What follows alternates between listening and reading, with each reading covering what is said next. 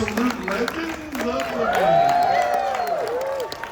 I don't even know why I'm here. It's already on the board. Gary Mariano, your cruise director for the next 3.5 hours. So get comfortable. Let's bring out some wonderful panels. Get right into it because nobody needs to hear me.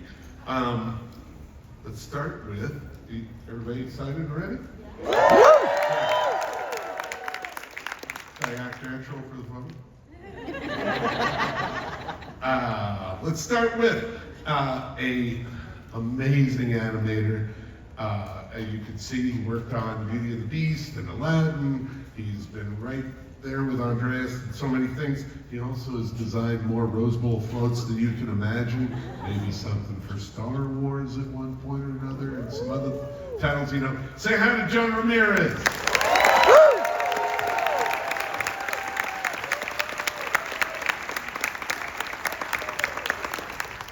I don't know how often you've seen this guy, but you've heard him your entire lives. The voice of Winnie the Pooh, Tigger, yes, amongst many others. Slow down there, I gotta get your name first. For the sake of this panel, Razul from Aladdin, Pete, the great Pete, he's done at least 40 versions of Peg Leg Pete. Not kidding. And Ed the Hyena from Lion King. Say hi to Jim Cummings!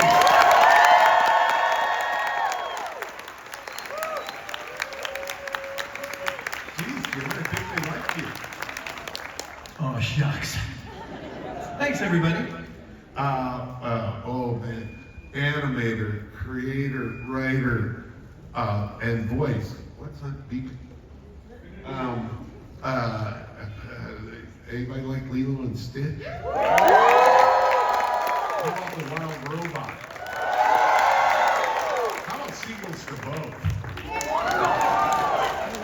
How about the voice of Stitch, amongst many other things, Chris Sanders?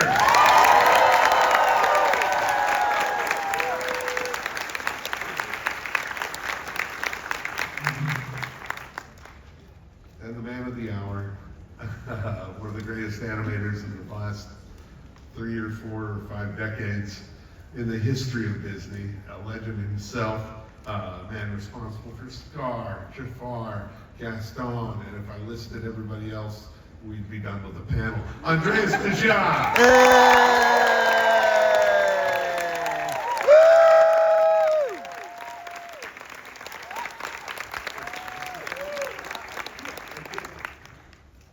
Thank you, guys.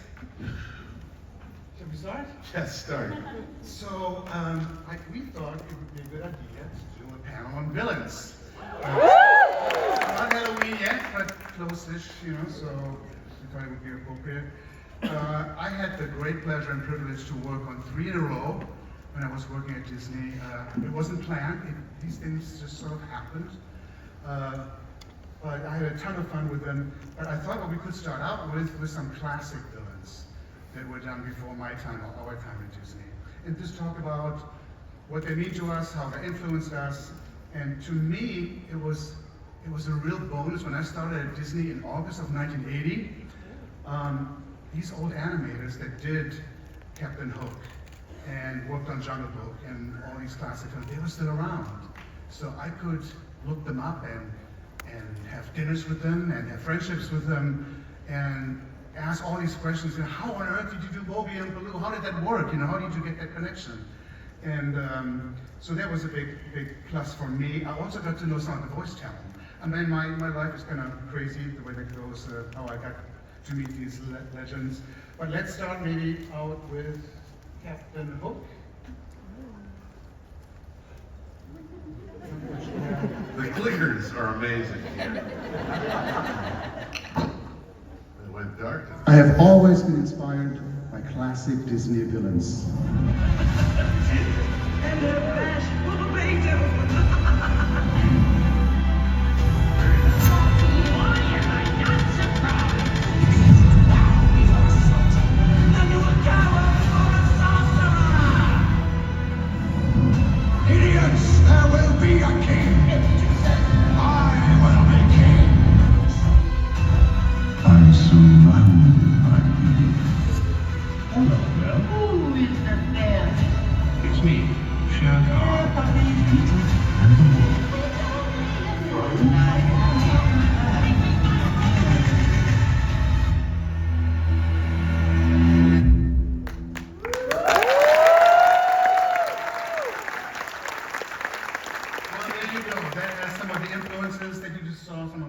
characters and some of my stuff as well.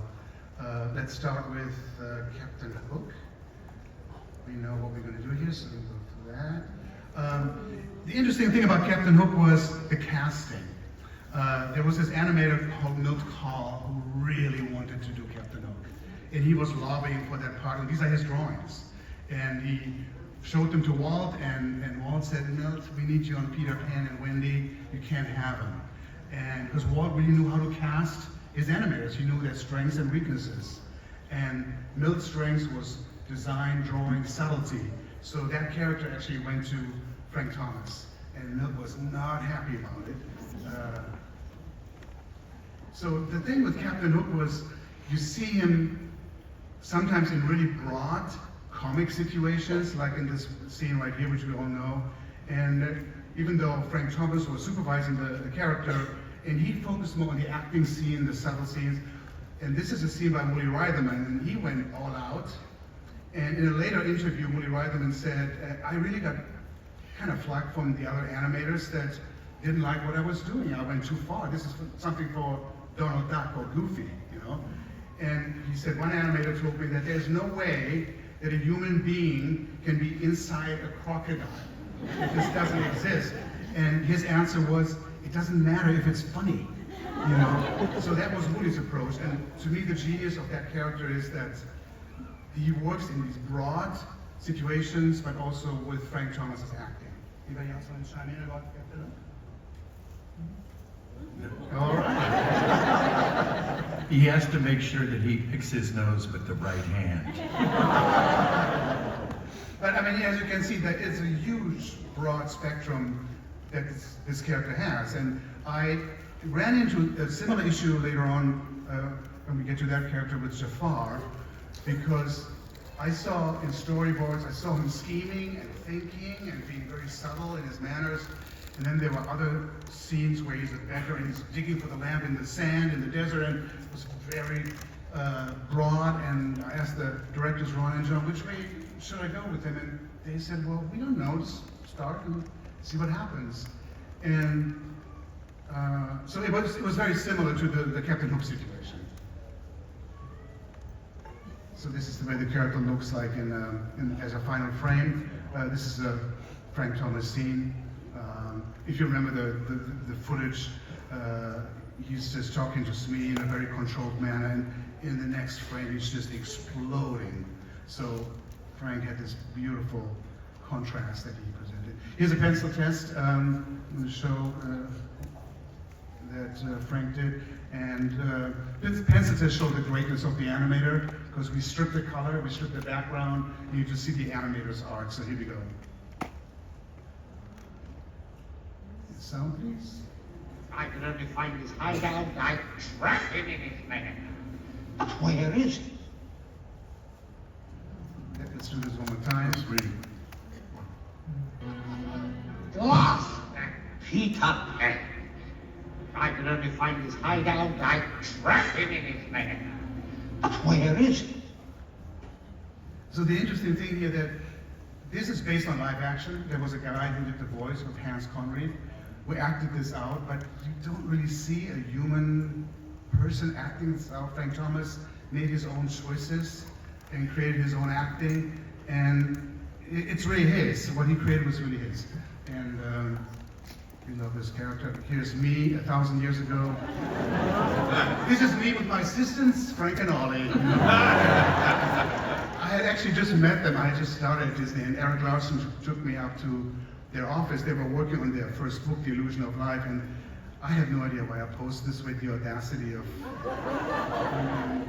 yeah, strange. But there we are. Then we get to another villain who I really love. Yeah, this is Maleficent, of course, voiced by Eleanor Audley. And this is a German lobby card that I first had Mark Davis sign on the left, and then I also met Eleanor Audley, and which was really a strange coincidence, because she lived at that time, we're talking the early 80s, she lived next door to a friend's grandparents' house. And that friend was talking about, yeah, they have this neighbor, Miss Audley. He said, Miss Audley, Miss Audley. And he said, yeah, Eleanor Audley, she's an actress, she's old now. And he said, Eleanor Audley, I want to meet her.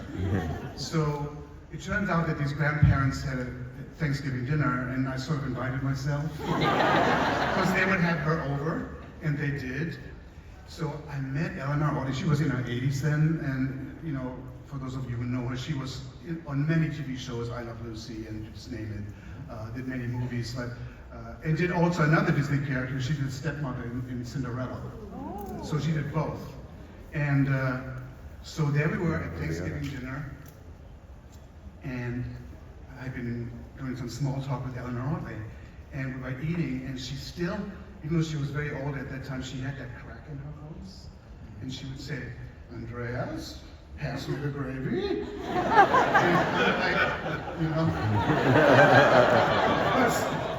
It still sends shivers down your spine. She still had that, like all these years later. But she also did the live action reference for both characters, for the stepmother and this character. And there's a little interesting story to tell about this, which I don't think any of you guys know, because she told me this. She didn't want to do Maleficent. She had done the stepmother in 1950, and Walt Disney wanted her back for Maleficent. And she had to say no because she was ill. Tuberculosis. We're talking the 1950s. So she went to the Bahamas to recover, and told her agent, don't tell anybody I'm not available until I'm better. Because you cough a lot and you're ill. And she kept saying no over and over again, and then she started to feel a little bit better. And she told her agent, well, tell Mr. Disney I'm going back to LA and I'm going to give it a try. So then she did all the readings, the voice work for this character. And wouldn't you know it, a friend of mine who worked in Disney character voices, he had access to some of these old voice recordings with commentary by the directors. They still have some of those. And I looked her up, and she was coughing a lot doing these recordings, especially when she was doing the transformation of the dragon, all the powers of hell. It's not a funny thing, because she was ill. So, very brave lady to finally give in to Walt's wishes for her to come back. And then, yeah, it's like, to me, this is like a masterpiece. Maybe you guys want to talk about this, why this character looks so great. The whole film is so amazingly designed. Mark Davis, one of the top animators in the world, top draftsman, and what a combo that was, to have that voice. I'm curious, right off the top, how, and we've got what a wonderful wide variety here. How much does the voice, today we usually record before, how much does the voice influence you when you're drawing? How much does Jim and Chris think about what they're doing based on an image they've seen? And Chris, you do both at the same time. How does that work? I think that having directed voice sessions is the most nervous I get in the entire process, because I don't want to end up being a story that I didn't know what I was doing, and I try to just get the direction there as quickly as possible, make it as clear as possible for the actors. But when it comes to this kind of thing, I think because the actor isn't going to be there, we're going to leave that room with just their voice. We're always urging them or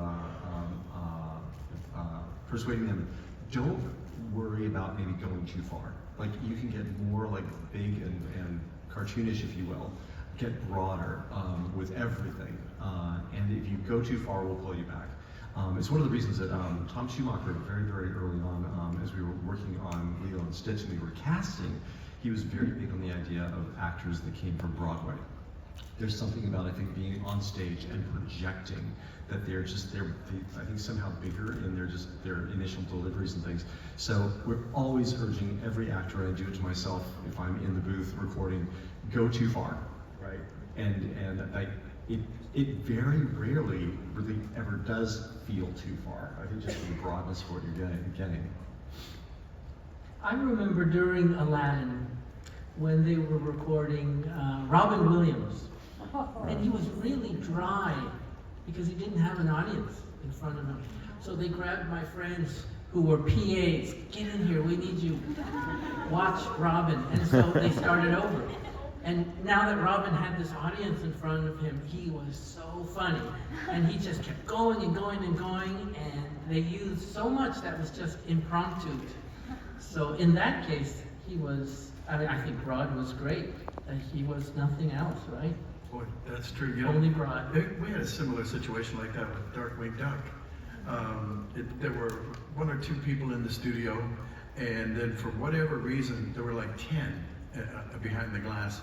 And Jenny McSwain noticed that I was like twice as good when there was an audience there, because, you know, I had a little somebody to perform with, and let's get dangerous.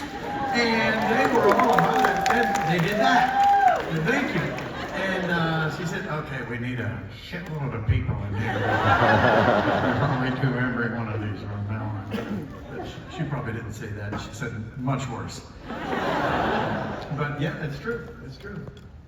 A good voice is everything. I'm going to talk a little bit about that later when it comes to my character. It's half done. When you have a good voice, you close your eyes. As an animator, you can see things, and it makes your work so much easier. I think the worst voice I had ever worked with was Taron in the Cauldron, because there was no range. He just had this nice British voice with no emotions, and there's hardly anything you can do with that. So, not on the villains. They had much more color. So this is the voice actress, Eleanor Audley, probably sometime in the early 60s. This is probably a frame from Green Acres. She was on that TV show.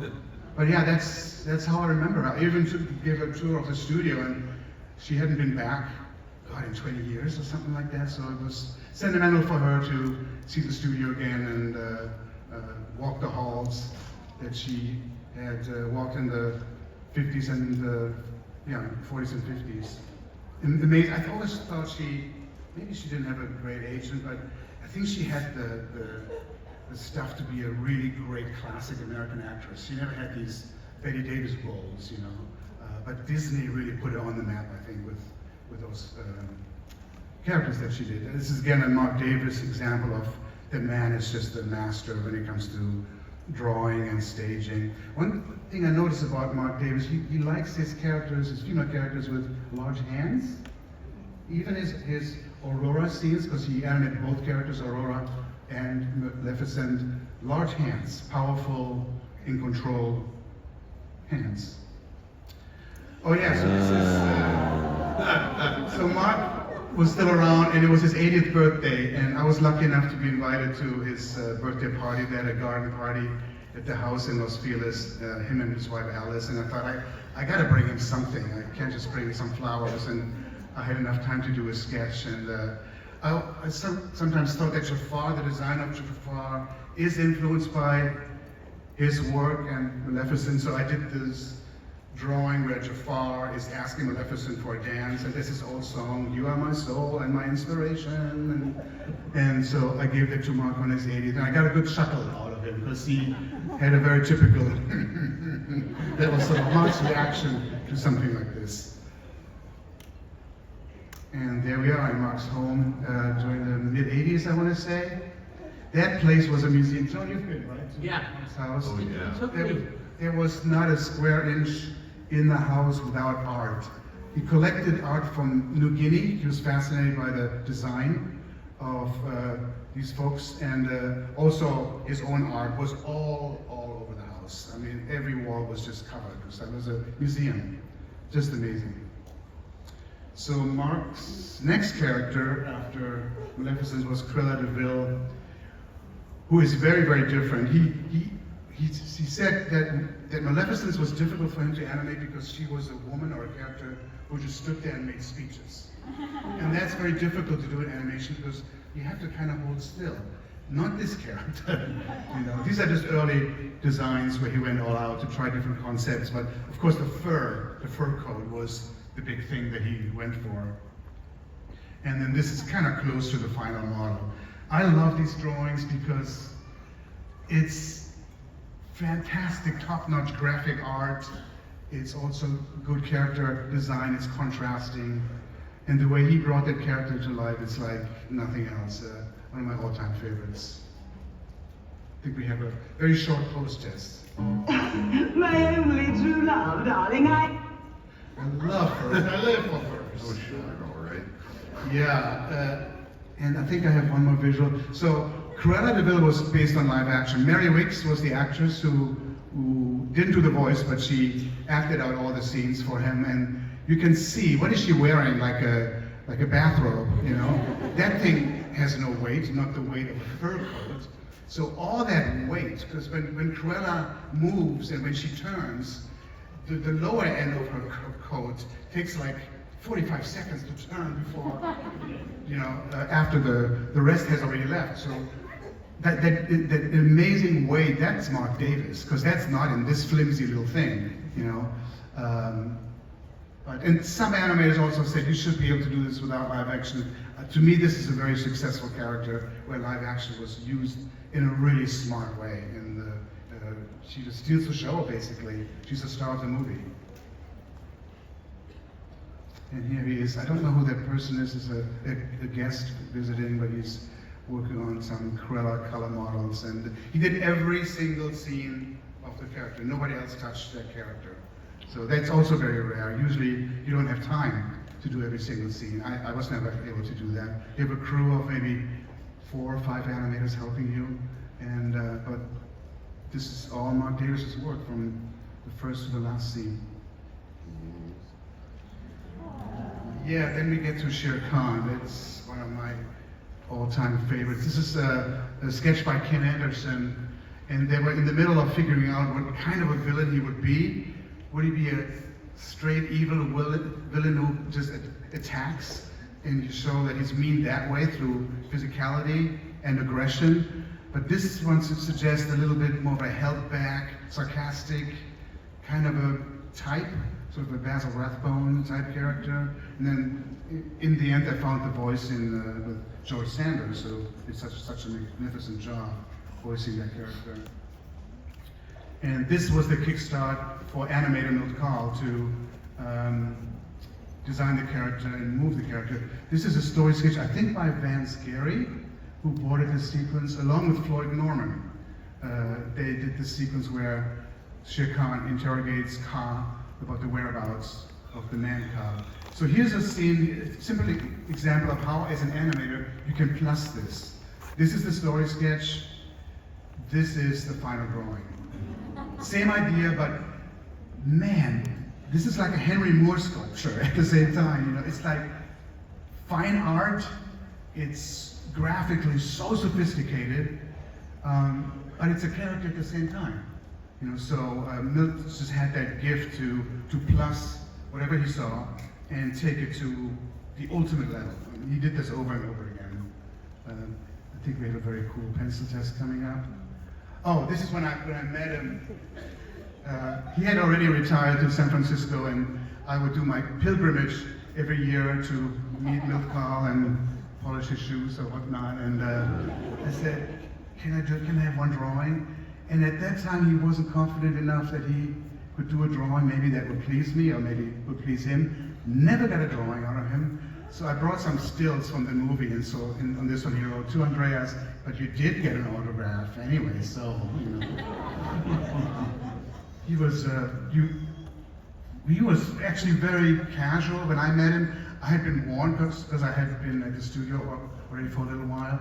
Oh, you're going to go up to San Francisco and meet Milt Kahl. He's crazy, you know, he gets angry very easily. Don't show him any of your work, you know, he's going to tear it to pieces. But he was super nice and, had some very inspiring words. But this is one of his great masterpieces, is this character.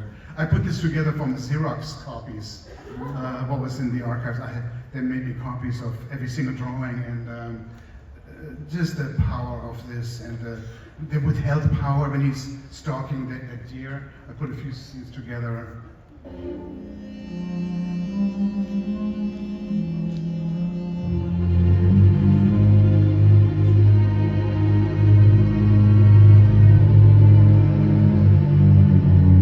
Look at the shoulders. What? I mean, that's as good as animation gets, right? Very intimidating for somebody who's trying to do Scar for the Lion King, you know? It's like, For the whole time when we were doing Lion King, I did not look at this. I would just give up. You know, I said, I want to look at Jungle Book. I'm trying to do my own thing here. But it's still, what an inspiration and what a powerful statement. Who were your main, who inspired you guys to do what you do? Was there a film? Was there a moment? Was there something that triggered you into doing what you did? You know, I think just drawing-wise, it was Charles Schultz and Karl Barks, for sure. But I didn't ever think of animation as a possible thing to do as a living until I saw that, like, I think it's just you know more about the details of this, but within, I think, Saludos Amigos, there's that Three Caballeros, like, song. And that was it. Like, when I saw that, it was The Wonderful World of Disney, and I watched the whole thing, but that 2 or 3 minutes was, to me, like pure animation, like nonsense and energy and charm and magic, because it was just like so limitless, that one sequence. It broke all the rules. Yeah. The character left on one side and that came from the top, and it continuity-wise, it made no sense, but it was so entertaining and typical for Kimball. Right? Yeah, it's just an absolute masterpiece. Yeah. How about you guys? Who influenced you? Who came before you? Well, for me, I always idolized Mel Blanc and Doris Butler and people like that. And I mean, I can remember sitting on my dad's knee watching a different Jack Benny program, and I told the story before. Mel Blanc came out and started, he was doing Seaside, you know, that bit. And my dad says, you see this guy? He's the guy who does all those voices for Bugs Bunny and Daffy Duck and Tasmanian Devil. And I said, for being strange. And so I thought, I'll do that when I grow up. And so I did, and now I get to hang out with you guys.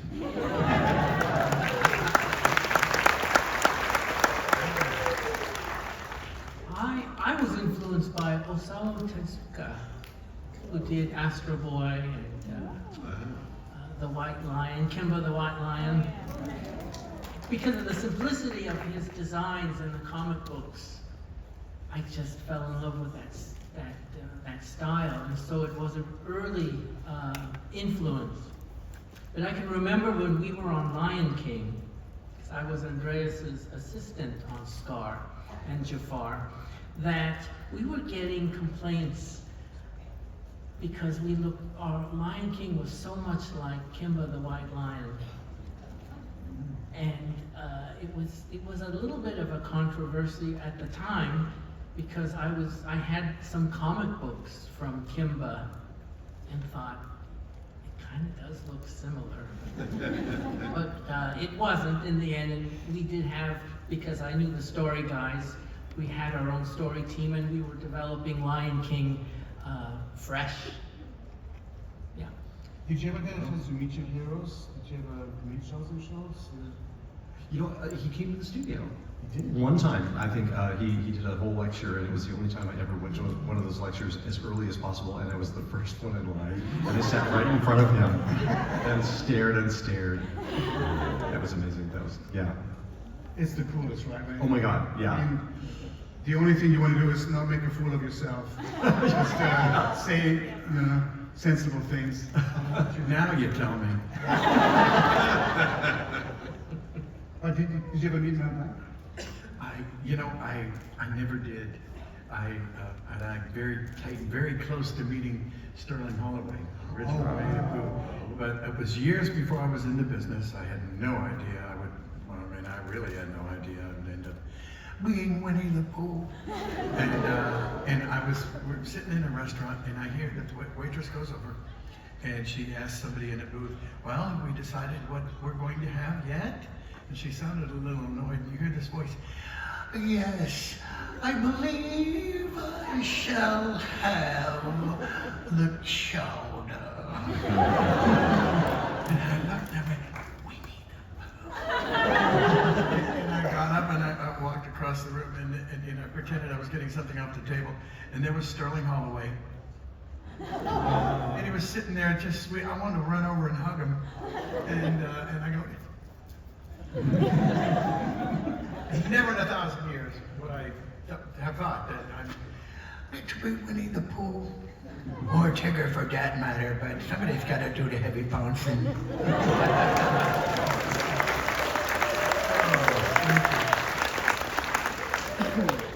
All right, let's move on to one of my favorites, to Madame Medusa. Ouch. I remember when I saw this, it premiered in London, and growing up in Germany, this is my first flight, I think, to London, and this happened to come out. And I saw this, and again, my head was spinning when I saw this. I thought, this is something that live action does. This is so subtle, you can't do that in animation. It's just too subtle. But man, did Milcall pull that off. And this has a lot, the reason why this is successful is it has so much to do with staging. Let me see what I did a few years ago. I try to analyze how he directs your eye. Well, the viewer's eye toward Medusa's eyelash. And the way, it all has to do with composing lines that take you there, you know, the way the fingers curve kind of toward the eyelash. The mouth is crooked in a little way that tilts it upward. Even on the arms, you can't help ending up in that area, the area of interest. And he was just he did this all the time with all of his scenes, but this one really stuck out for me, where this is like a master class in staging to me. And during those few times that I met him, I asked him once, well, how do you do this? You know, how do you compose your straight line versus the curved lines? And he goes, what? He had no idea. He had no idea what I was talking about. He didn't think about it. It's just so natural. It was, to him, it was just nature. It was in him. You know, he couldn't talk about it. He couldn't teach it. He would just say, you just do it. You know, and so that way he was not a good teacher, but you sure learned a lot from studying his work. And doing something like this taught me a great deal. Andreas, I mean, you think these things through at a level of detail that maybe some wouldn't. Obviously, here, what is a common misconception about an animator, or is it just across the board? It could be the detail that you're thinking, or the just do it. Well, I'll give you a crude example, may I? Yeah. This is Just don't cuss too much. No, it has nothing crowd. to do with cussing. This is a bit of a crazy story, but this tells me of how little certain people know what we did, and I'm still doing. They really don't know anything. We went to Florida. I was working with you and Lilo Stitch, and somebody had a party. It might have been Aaron Blaze, and so it was a studio family gathering, and I was invited. And somebody introduced me to the lady who was there, and I was introduced as this Andreas Deja. He's an animator, he works for Disney, and that means he has to do a lot of drawings. He does 24 drawings per second. And this woman goes, no. And I said, yeah, that's how it's always been. It takes 24, sometimes we do 12, and it's a little slower in the action, but we end up doing 24. She says, no way. And she just would not believe me. And finally, I stopped talking because of it. There was no point. So I remember her leaving me and still looking at me in the corner of the room. like I was this alien or something like that. Well, later on, I found out she completely misunderstood. She thought that we were trying to tell her, I do 24 degrees. I was wondering if that was what she was thinking. So people, even though scared of you. we have all these making offs, you know, we explain this for every movie, but other people have no idea. But that was sort of the one moment I thought, this woman really doesn't know. Do you get questions like that are a little out there? You know, I think people are still surprised that we record the voices first. It's a really still a common misconception that like the animators like do it all, and then someone comes in at the end and like just matches it all. But yeah, And as we know, ADR, that's what they call it when you fill it in after it's been animated, or you're fixing in the second half. But that can take hours longer than recording the first time. Yeah. They kind of compare things. You know, Emma Stone was especially good at it. Like, you always have a little bit of ADR at the end, and this is off the subject a tiny bit, but we were showing her some of her scenes from The Cruise, And she so surprised me. She said, I want to change this. It was the first time she'd seen the finished animation, and she said, I want to change this a little bit. And we're like, well, you can't. It's locked, it's finished. And she's like, no, let me try it. And she completely matched the timing, changed all the inflections, and improved the performance. It was one of the most impressive things I ever saw in an ADR booth. Hey Jim, since we all know that the voice comes first and then the animation, have there been any surprises to you the way your voice was interpreted? In a good or maybe not a good way, you don't want to talk about it. But anything that probably happened in those moments too. But anything that sticks out to you, where like, oh, I didn't expect that, or I didn't think about it, that it would look like that, or. Yeah, here and there. By and large, they use the voice as a bit of a guideline, and because I can remember one time I was doing the character Bonkers. I was Bonkers the Bobcat, and at the time there was something on television, or it was a sound bite, and it was, oh yeah. and I thought when Lucky asked Bonkers a question, and the answer in the script was, oh yeah. So I went, oh yeah. And they accidentally animated that. And then I had to go back in and ADR it, oh yeah. Because it didn't sound like Bonkers, and I thought that was a joke. And they said, okay, well, it's not funny, so shut up and do it right. So here we are. Thanks for bringing it up. A little bit of a similar story. All of them comes to mind. I was working on Roger Rabbit, and I was doing a scene with one of the weasel, Smartass. Oh. Did you voice Smartass? Yes, I voiced a bunch of weasels in Roger Rabbit. And they cut it out. So see, yeah. Let me ask you about this one scene, because I did the whole section where Smartass jumps on this live-action chair, and Hoskins is holding the rabbit in the dishwater, hiding him from the weasels. And Smartass jumps on the chair, onto the chair. He has a live-action gun, pistol that he's holding, and he says, "Cut the bullshit." Oh. And I'm going like, oh, are we going to do that? I have a Disney X sheet, and it says, "Cut the bullshit." So that's how it was recorded. I wasn't sure if that was right. Sadly, that wasn't me. But so I animated it in sync, bullshit. And then Roy Disney visited, and he saw dailies, and he goes, no. He said he can't say bullshit. It's still under the Disney banner, We have to change it. So they changed it to bullshtick. But that's close enough to bullshit.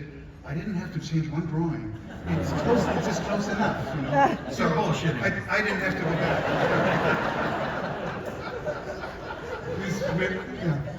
Wow. Words I didn't anticipate at a Disney. Yeah, You keep saying it. I said it once, and then he said it a bunch of times. Say it like it is. Bad now. I apologize. Moving on. Please. Yeah, this is one of my favorite drawings that I have in my collection. It's half finished. It was actually thrown away, and one of the guys who worked with Mill, maybe John Pomeroy, fished this out of his trash can and changed it slightly. And it's such a. Again, I don't want to even do the arrows on that one. It's full of direction and sophistication and invention. It's one of my treasures that I have and look at once in a while and thinking, who am I? Here also the range that this character has, from extremely wide mouths to just the indication of a mouth only being really small. There's an absolute range, of course, all inspired by Geraldine Page, the voice actress, who gave one of the best performances in animation, I think, for a female villain. And yeah, that's the final frame from the film that I wanted to show. Also, just immaculate staging, just couldn't get better. All right, and that's me this would be the mid-'80s, visiting Milt Kahl, one of my pilgrim travels, and having him sign a few cells. And he had just gotten married to this lady over to the left called Julie, and He left a little grumpy. He left the studio a little grumpy because he didn't like, he thought that the standard had slipped since Walt had passed away.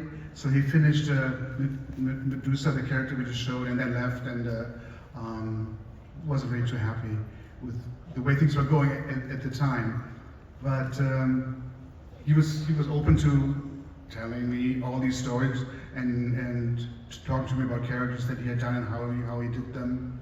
So it was just a pleasure to meet this god of animation, really.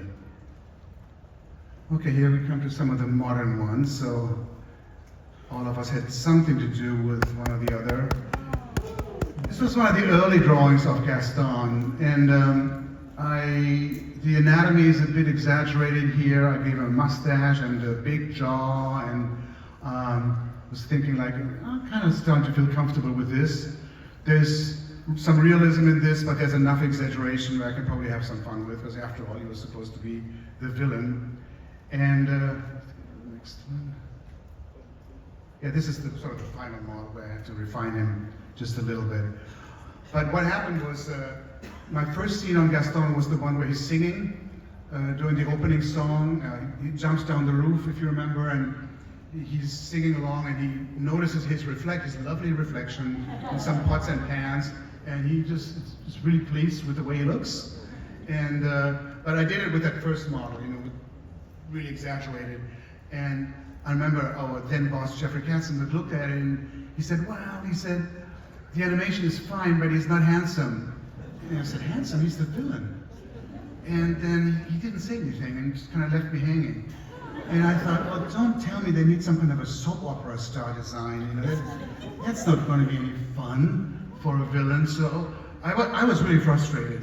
And then a couple of weeks later, he calls me in his office and he said, actually, he explained it to me very clearly. He said, the theme of Beauty and the Beast really is don't judge the book by its cover. So on one end, we have the Beast, who looks scary, terrifies the audience, and Belle. And we find out throughout the story he has a heart of gold. And Gaston has the opposite qualities. We see him at first, handsome dude, maybe he should marry Belle. And then we find out, oh, no, he's full of himself and just a male chauvinist, and he becomes a murderer in the end. So these are opposite qualities. And so that has to be clear, so he has to be handsome. And I remember telling Jeffrey, but handsome characters are so much more difficult to animate.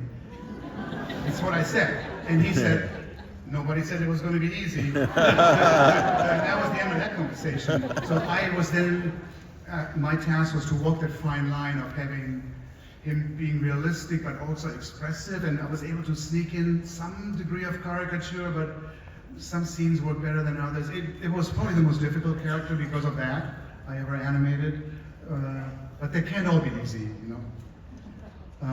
This is Richard White, who voiced, with Howard Ashman on the right, who voiced the character, and did a great job. And another reflection he adores, this is in Belle's house, where you can see how I stretch the face a little bit and distort the facial features to get across sort of, what he's doing. Like there's a little bit of effort for his tongue to reach that tooth, and kind of have it move up and down. And that's the same frame and color. What surprised me about that scene is that when his tongue moves up and down his tooth, they have a Ouija sound effect on it. And we're like, really? Does it need that? And here we have I'm just going to show just a few pencil tests before we move on. You're the greatest hunter in the whole world! I know. No beetle. And no girl for that matter. It's true, Lebu. And I've got my sights set on that one. Oh, the inventor's daughter? She's the one. The lucky girl I'm going to marry. But she... The most beautiful girl in town. I know. Don't I deserve the best? Well, of course. I mean, you do. Right from the moment when I met her, saw her. Crazy old Maurice. It's not right for a woman to read. Soon she starts getting ideas and thinking. And this Jim like Gaston. As a specimen, yes, I'm intimidating. How can you read this? There's no pictures. Well, some people use their imagination. Belle, it's about time you got your head out of those books. There's more, but we need to move on because I want to get to the other characters. I do want to finish up by saying, when people ask me, is there a specific person or type that you had in mind when you were doing Gaston? It's LA Fitness. You go to the gym and you see these guys looking good, you know, and that's exactly, there was no other actor or person, it was just LA Fitness. All came out of that. You know, not this great.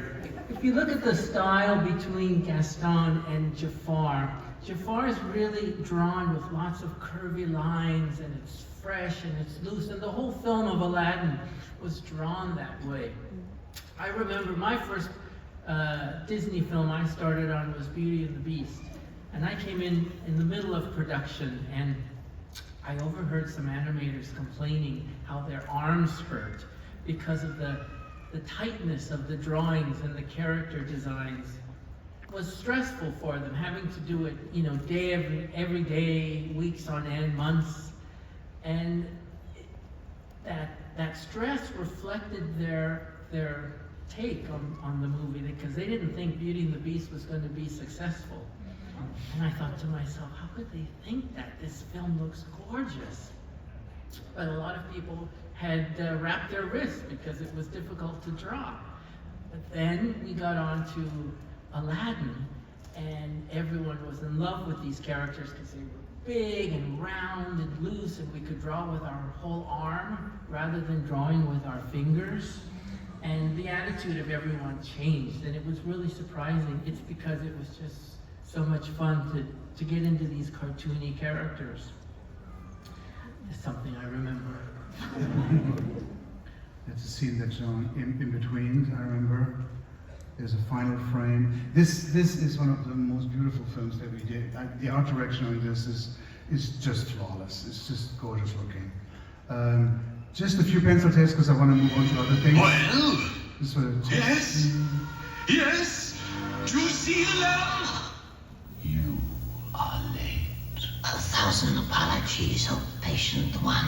You have it then. That was my first scene helping you. Quickly! Follow the trail! Trust me, my pungent friend. You'll get what's coming to you. What's coming to you? Faster! The Cave of Wonder. Huh? Cave of Wonders? Now, remember, bring me the lamp. The rest of the treasure is yours, but the lamp is mine. So this is what I call first pass animation. Just doodles to sell the idea. There is lots more, but I think we need to move on. I want to get to the voice, Jonathan Freeman. At that time doing the character, just adding this arrogant elegance that he gave the character. And great springboard for me to come up with this attitude. And my question is, would you like to hear from Jonathan Freeman? Yeah. Here he is, recorded a couple days ago. In the words of the genie, salam and good evening to you, or good afternoon to you, my worthy friends. Hello, this is Jonathan Freeman, and I am the voice of Jafar in Disney's 1992 animated feature of Aladdin. Where do I start? It's been about 34 years now, I think. Is that right, Andreas? And you know, it's been a great ride. It's a ride I can't get off anymore either. I've now been time traveling with this deliciously disgraceful, despicable character called Jafar, and because of Andreas and everybody at Disney that worked on the film, people want to keep talking about him and hearing about him. Isn't that great? I feel very lucky. I felt extremely lucky to be in the capable hands of my principal animator, Andreas Deja, who I knew quite a lot about before I went there. He maybe doesn't know this, but I kind of researched him before. You know, I knew his characters, and let's face it, he's a genius at what he does, and I hope I get to be in the room with him one of these days soon. let me just say that from the first day that I started work, which was shortly after the first of the year of 1991, until just before September of 92, when I think it was released, something like that, around there. During that time, I don't ever remember really having a bad experience. It was always enlightening, it was always enchanting, and I felt very, very, and still do feel very, very lucky to have been a part of it. Being a collaborator with this team of people was amazing, and none more amazing than Mr. Andreas Deja.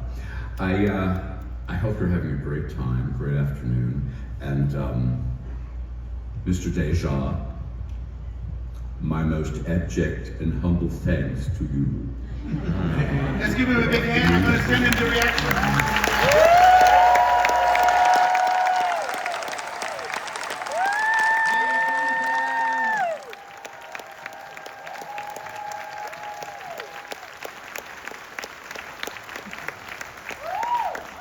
Very sweet of him to send that special greeting. Moving on to Scar.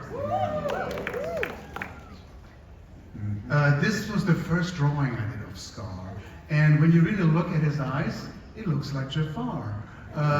There's sometimes a hangover from your previous character, and you're trying to get that out. So I was aware of that and changed basically how I drew his eyes. But I mean, some of you probably know or have read or heard that we had lines at the studio to be able to get really close to these characters, these animals. And yeah, this was Joseph, 7 years old, and we were sitting right across from him with no security. I mean, these days there's no way you could do that. You know, they were taking a risk at that time. There he is. I'm in the white polo shirt. Then Joe Hader, Tom Bancroft, but as you can see, he could have jumped down and eaten us. But the handler, before they brought these big cats out, he said, "Don't worry, they just ate." You know. But an amazing experience to see these guys so close. The feeling, just get a sense of the weight and their size. It's very different than going to a zoo and seeing them like asleep under a tree. This was a really important moment for us. But it was funnier to watch you guys, after the lions left, get on the floor and start acting like lions. I can share those pictures. I try to close the door each time I did that, though. Yeah. It was worth the only inspiration, though, right? There's a guy down the table that sang a song that you had to animate. Yes. Why, I seem to recall something of that.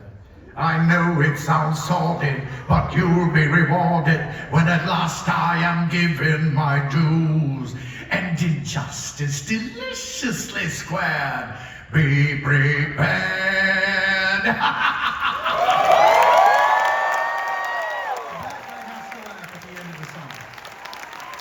It's the law, right? You gotta laugh. Thank you, man.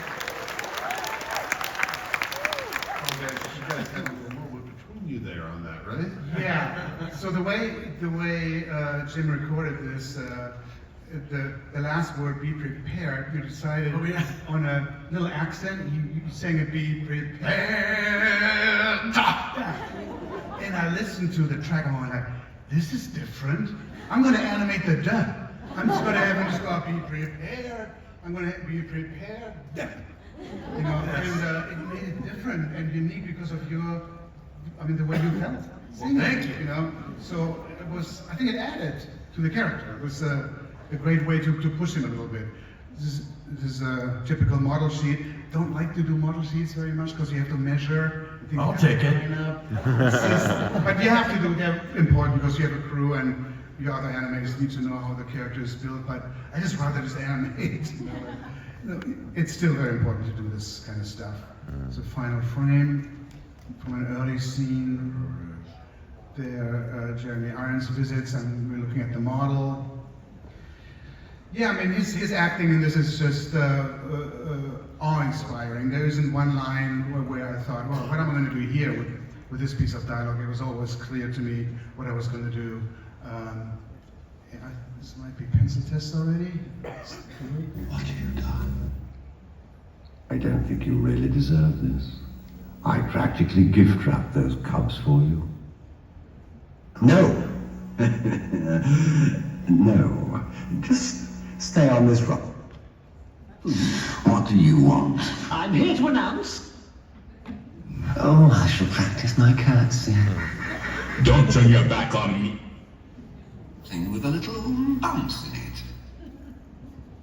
We're not going anywhere. Then you have sentenced us to death.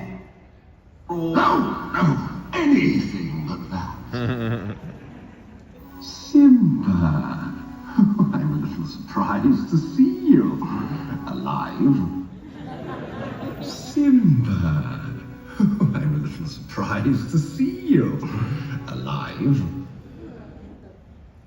Oh, yeah, last but not least, this hooks up with Medusa. I'm working on a book on the car. Are you guys going to buy it when it comes out? So that's coming up. I just got the sign and... That we have to end because we have to get out. What, am I wrong? Can we stay past 2? No, we cannot. There's other people coming up here, so let's get this going. It's just a couple of things. John, is there anywhere people can reach you or follow you or? I'm on Instagram, JohnRam27. Get on there now. Jim, you want to tell them a little bit of a podcast there? Why, thank you. Yeah, please like and subscribe, and I hope you enjoy this. I have a little podcast called Tuned In, Toondin, with Jim Cummings, and it's great. I have all my old pals on there, everybody, and a lot of faces that you know, and a lot of voices that you didn't know were made by those faces. And I think that almost made sense, but I hope you enjoy it. And I think we're up to a couple hundred episodes now, going strong in the top 10. And yeah, please tune in to Jim Cummings. I'll be expecting you. Chris Sanders, you might be aware, had a little film that just crossed the $1 billion mark. Working on a couple other things. You want to throw that out there, and if anybody wants to follow you? Yeah, there's 2 sequels that I've been fiddling around with. The one that we were just talking about yesterday, right, was the sequel to Lilo and Stitch. So I am currently writing that. Andreas, where do they find you? I got a few projects. Well, I'm on Instagram, Facebook. You're going to find me. I also have a blog that's now 15 years old. Started that in 2010, so there's like hundreds of posts on Disney art and some of my art and paintings and drawings, so you might find that interesting. What else? I'm doing this book. I'm just getting started on this book, which got Disney approval. I am co-producing a documentary with Bruce Reitherman, who is the original voice of Mowgli, about his father, Wooly Reitherman. It's going to be called Just Wooly. We're right in the middle of it with interviews and putting in home videos and telling Wooly Reitherman's story, and why, the key question for the film is why was he chosen, or why he became Walt Disney's follow-up, in terms of taking over the animation department. There's that documentary, and my film Mushka is going to be on 1 or 2 streamers before the holidays. Woo! So let's get a big round of applause for John Ramirez.